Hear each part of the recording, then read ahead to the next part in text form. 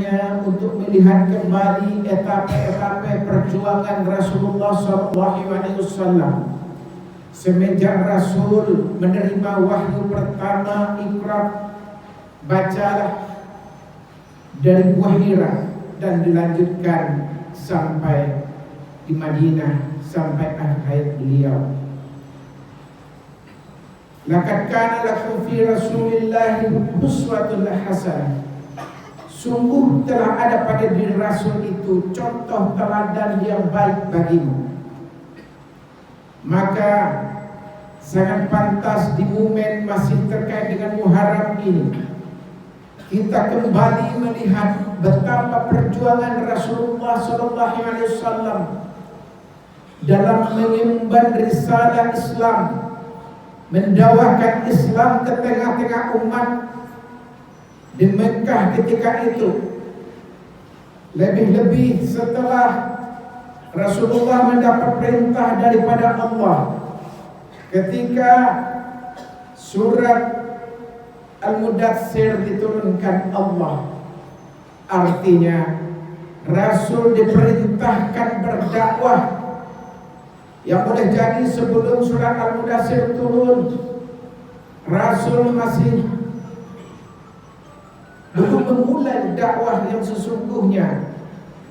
Dia baru menerima wahyu, tetapi panggilan dakwah belum beliau laksanakan. Begitu, ya ayyuhal mudaththir, wahai orang-orang yang berselimut, kum fa'andir, bangunlah, berilah peringatan,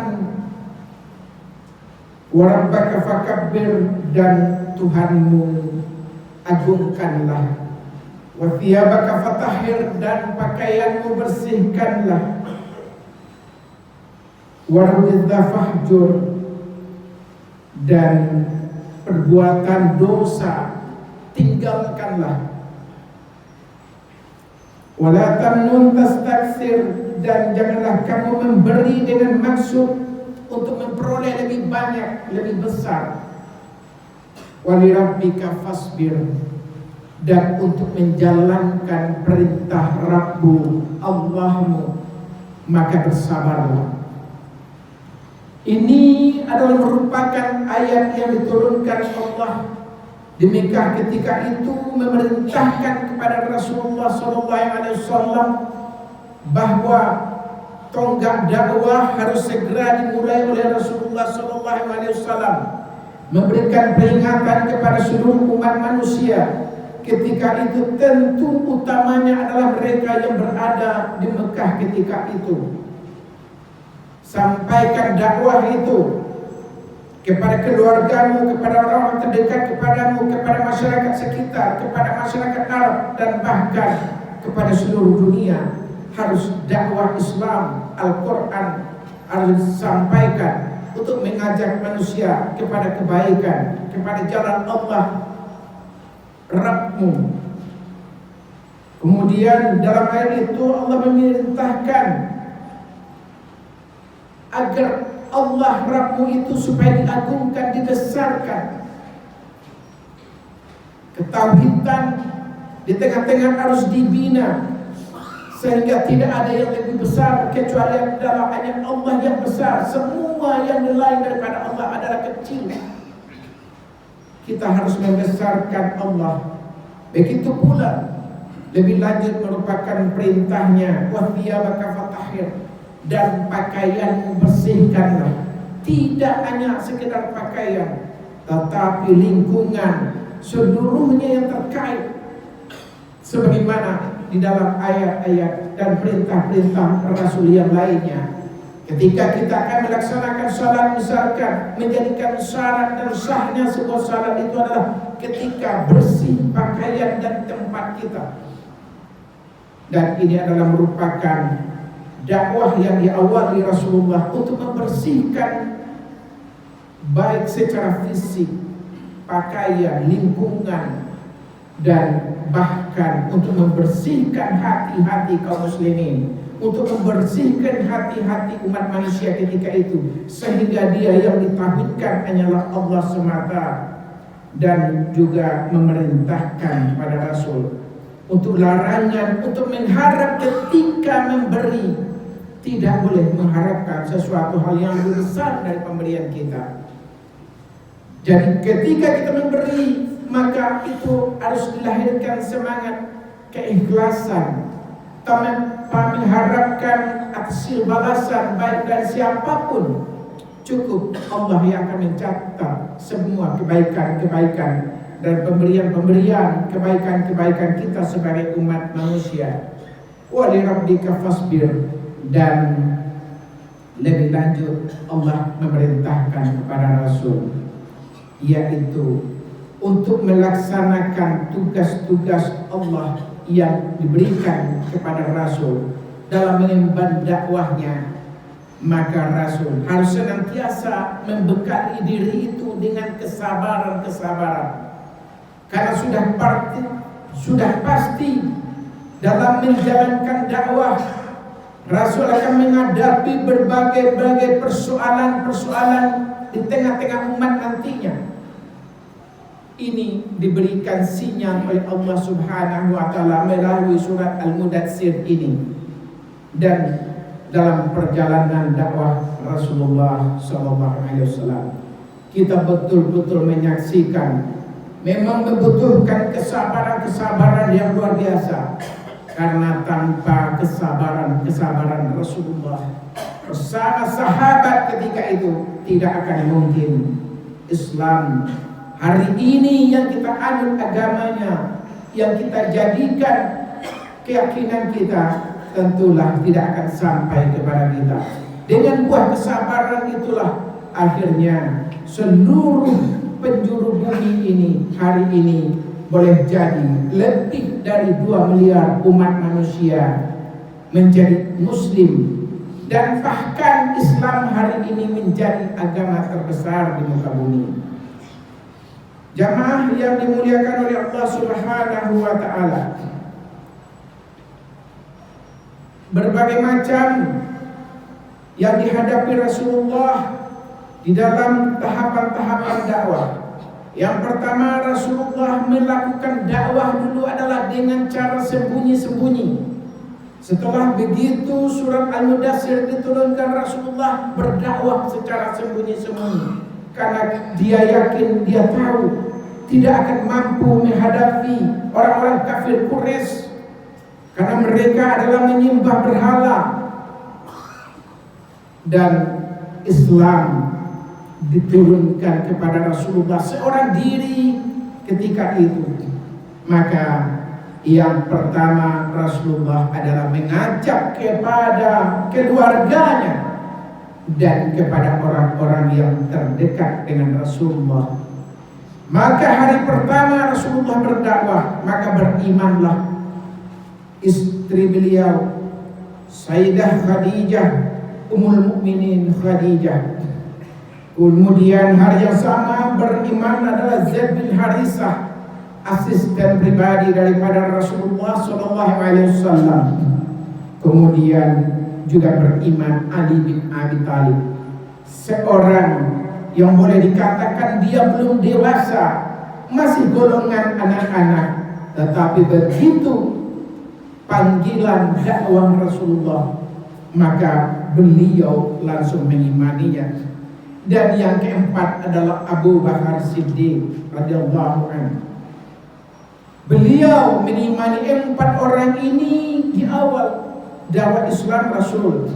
Ini adalah yang kita kenal dengan as-sadiqun al-awwalun, orang-orang yang mula-mula menyambut dakwah Rasulullah SAW. Kemudian kita mengetahui bahwa Abu Bakar Siddiq adalah orang-orang yang memang disukai oleh kaumnya. Dia adalah orang yang berakhlak baik, dia adalah orang yang jujur, orang yang orang yang amanah, orang yang dihargai. Dia juga adalah seorang pedagang yang sukses, tokoh daripada masyarakat ketika itu. Ketika Abu Bakar Siddiq ini yang beriman di awalnya itu, dia berhasil juga bersama Rasulullah mengajak orang-orang yang lainnya untuk memeluk Islam.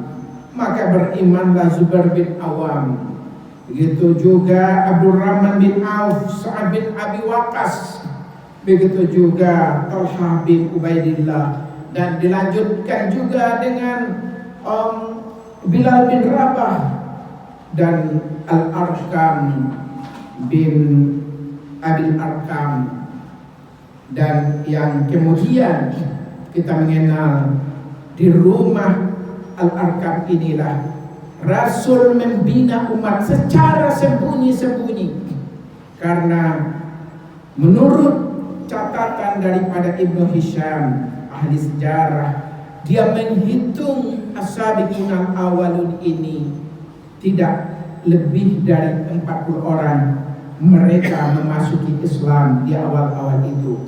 Dan Rasul bersama sahabat yang 40 itu memang berdakwah secara diam-diam, karena begitu kafir Quraisy mengetahui ada seorang pemuda yang berani mengajak kepada ajaran selain daripada menyembah berhala, menyembah Lata dan Uzza, menyembah berhala-berhala yang banyak digantungkan di kampung itu, maka bermacam intimidasi akan dilancarkan oleh orang-orang kafir Quraisy itu. Kemudian tahapan kedua, maka dakwah Rasul adalah secara terang-terangan. Ketika ayat Asy-Syura ayat 214 Allah turunkan, wa anzir asiratakal aqrabin, wa anzir ashiratakal aqrabin, dan berilah peringatan kepada keluargamu yang dekat. Ini Rasul memulai melakukan dakwah secara terang-terangan. Berdasarkan ayat ini, maka Rasul mengundang dia kepada keluarganya, yaitu Bani Hashim. Kemudian kita mengenal, hadirlah ketika itu sekitar 45 orang dalam satu pertemuan itu. Tetapi Abu Lahab yang memang dia, meskipun dia paman bagi Rasulullah, dia kita kenal orang yang sangat anti dengan ajaran yang dibawa oleh Rasulullah ini. Dan dia dalam pertemuan itu, sebelum Rasulullah sempat menyampaikan apa-apapun, maka Abu Lahab dia mengatakan, "Hai Muhammad, berbicaralah jika engkau ingin berbicara." Dan dia menyampaikan, dan janganlah kamu berlaku seperti anak-anak. Dan tentunya dengan begitu dia menghantam mental Rasulullah, dan dengan kata-kata yang lainnya dia sampaikan. Dia mengatakan bahwa dulu pernah ada orang yang berani mengundang keluarga-keluarga kita untuk diceramahin seperti ini. Jadi hari ini engkau dengan lancang, kira-kira begitulah. Kemudian akhirnya dalam momen pertemuan itu Rasulullah hanya terdiam, dan akhirnya tidak sampai Rasul mendakwahkan ketika itu. Dan barulah Rasul kesempatan berikutnya mengundang lagi keluarganya itu dengan perintah dakwah yang secara terang-terangan ini harus disampaikan oleh Rasul. Barulah ketika itu Rasul menyampaikan bahwa Allah memerintahkan untuk kepada bapak-bapak dan ibu-ibu, kira-kira begitu katanya, saudara-saudaraku semua, untuk beriman, bersyahadat kepada Allah. Tetapi Abu Lahab dan paman-paman dan keponakan-keponakannya semuanya itu dengan melecehkan, dan bahkan dia mengatakan akan sebelum Muhammad diserahkan, disiksa, dianiaya oleh orang-orang lain, maka sebaiknya kita yang menghabisi dia, kira-kira begitu. Begitu pahit getirnya dakwah yang diemban oleh Rasulullah SAW. Dan kita menyaksikan pula betapa lebih lanjut dakwah Rasul adalah ada Rasul diboikot, karena dakwah tidak berhenti, senantiasa militansi. Akhirnya dakwahnya diboikot. 3 tahun Rasulullah bersama para sahabat, para anak kecil, perempuan-perempuan diboikot oleh kafir Quraisy itu, yaitu semua Bani Hashim dan Bani Abdul Muthalib. Orang-orang kafir Quraisy itu berkumpul di perkampungan Bani Kinanah. Di situ dia mendiskusikan bagaimana untuk melakukan pemboikotan kepada ajaran yang dibawa oleh ajaran tauhid yang dibawa oleh Rasulullah SAW. maka diputuskanlah bahwa dia akan melakukan pemboikotan karena penyiksaan, menyiksa secara fisik, kemudian melecehkan, memarahi, segala macam intimidasi yang dia lakukan, memukul dan segala macam terhadap Rasulullah dan para umat Islam.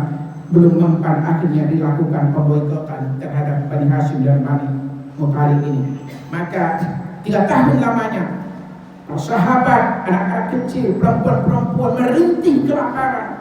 Rasulullah memakan kulit-kulit kayu, memakan daun-daunan, memakan sendal-sendal dan lain-lain segala macam menjadi santapan, karena tidak ada lagi yang bisa dimakan. 3 tahun lamanya diboikot secara ekonomi, tidak boleh melakukan hubungan pernikahan, tidak boleh berbicara dengan orang-orang yang Bani Hashim dan Bani Muthalib, tidak boleh melakukan berjual beli, tidak boleh berteman, tidak boleh berkumpul, tidak boleh memasuki rumahnya, dan semua dilakukan boikotan. Intisarinya adalah mereka ingin melumpuhkan ajaran Islam sehingga Islam tidak bisa berkembang di muka bumi ketika itu. Ini yang dihadapi Rasulullah. Tetapi Rasulullah tidak gentar, tidak patah arang dengan para sahabat, para pejuang-pejuang Islam di awal-awal itu. Mereka senantiasa memperjuangkan Islam sampai Islam hari ini menjadi agama kita. Dan yang ketiga, dakwah Rasul keluar ke Taif, berdakwah, mengajak karena ancaman boikotan. Selesai boikotan, kemudian tetap segala macam intimidasi dengan segala macam segala macam intimidasi, bahkan ancaman pembunuhan, penyiksaan, dilemparan dengan batu, dengan tai, dengan kotoran, dengan tulang-tulang busuk, dengan daging-daging busuk, segala macam disiksa semua kaum muslimin yang masuk kepada Islam. Begitu pula Rasulullah SAW. Akhirnya Rasulullah berdakwah ke Taif. Di Taif pun ternyata Rasulullah memang mendapatkan yang serangan tidak kalah beratnya, dan bahkan dalam sejarah kita mengetahui bahwa sempat tumit Rasulullah itu berdarah luka. Akhirnya begitulah, tidak lama kemudian sampailah dengan kepahitan-pahitan itu Rasulullah berhijrah ke Mekah, dan di Mekah itulah baru ditemukan tonggak awal kemenangan, kejayaan Islam ketika itu. Karena boleh jadi sebelumnya orang-orang yang berumrah dan berhaji ke Mekah, dia telah mendengar, telah mulai didakwahi oleh Rasulullah, dan orang-orang itu begitu dia kembali ke Madinah, di Madinah itu memang dia menyambut ajaran Islam ini. Akhirnya Rasulullah bersama sahabat hijrah ke Madinah, dan disitulah tonggak awal kejayaan Islam pasca hijrah itu. Karena 13 tahun berdarah-darah, 13 tahun secara sangat susah payah berdakwah di Mekah, kemudian 10 tahun berdakwah di Madinah. Alhamdulillah membawakan kejayaan kepada Islam. Islam jaya di Madinah karena Islam memberikan sesuatu hal yang baru, memerdekakan orang-orang yang tidak merdeka, memberikan kecerdasan kepada umat manusia, membuka ilmu pengetahuan, mengajarkan ketauhidan, meninggikan harkat manusia.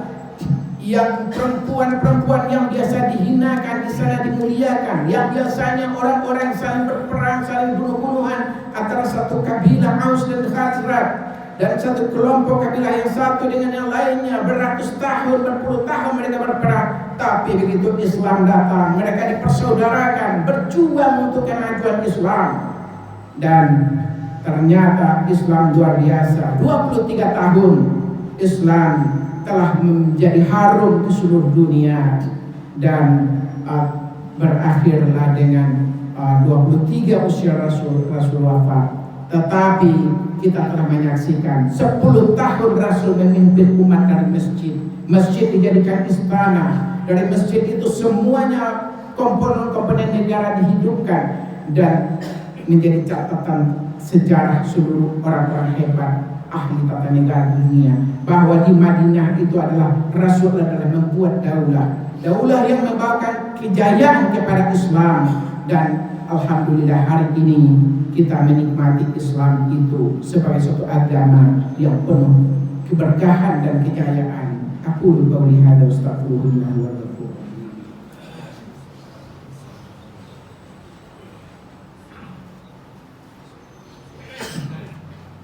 Innal hamdalillah nahmaduhu wa nasta'inuhu wa nastaghfiruh wa na'udzu billahi min shururi anfusina wa min sayyiati a'malina. Man yahdihillahu fala mudilla lahu wa man yudlil fala hadiya lahu. Asyhadu an la ilaha illallah wa la syarika lahu wa asyhadu anna Muhammadan abduhu wa rasuluh. Allahumma shalli wa sallim ala Muhammad wa ala alihi wa sahbihi ajma'in. Ya ayyuhalladzina amanu taqullaha haqqa tuqatih wa la tamutunna illa wa antum muslimun. Innallaha wa malaikatahu yusalluna 'alan nabiy ya ayyuhalladzina amanu sallu 'alaihi wa sallimu taslima. Allahumma shalli 'ala Muhammad wa 'ala ali Muhammad kama shallaita 'ala Ibrahim wa 'ala ali Ibrahim wa barik 'ala Muhammad wa 'ala ali Muhammad kama barakta 'ala Ibrahim wa 'ala ali Ibrahim fil 'alamin innaka Hamidum Majid. Allahumma ighfir lil muslimin wal muslimat wal mu'minin wal mu'minat al ahya'i minhum wal amwat innaka as-sami'ul karim mujibud da'wat ya rabbal hajat.